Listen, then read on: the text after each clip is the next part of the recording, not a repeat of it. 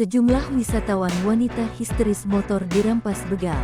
Beberapa wanita berteriak histeris dan tak berdaya dikarenakan aksi bengis begal. Peristiwa itu terjadi di wisata Sawah Limbo Reca, Curug, Jumat tanggal 22 September tahun 2023. Dalam video berdurasi singkat itu memperlihatkan wanita yang menjadi korban tersebut menjelaskan kronologi kejadian. Bermula ketika seorang wanita panik ketika dihentikan pria di tengah jalan sawah. Korban yang ketakutan karena diancam pelaku memilih mundur dan pasrah. Wanita ini berteriak keras saat pelaku berusaha membuka kunci kontak motornya. Tanpa diketahui pelaku, aksinya itu terekam oleh salah satu wanita.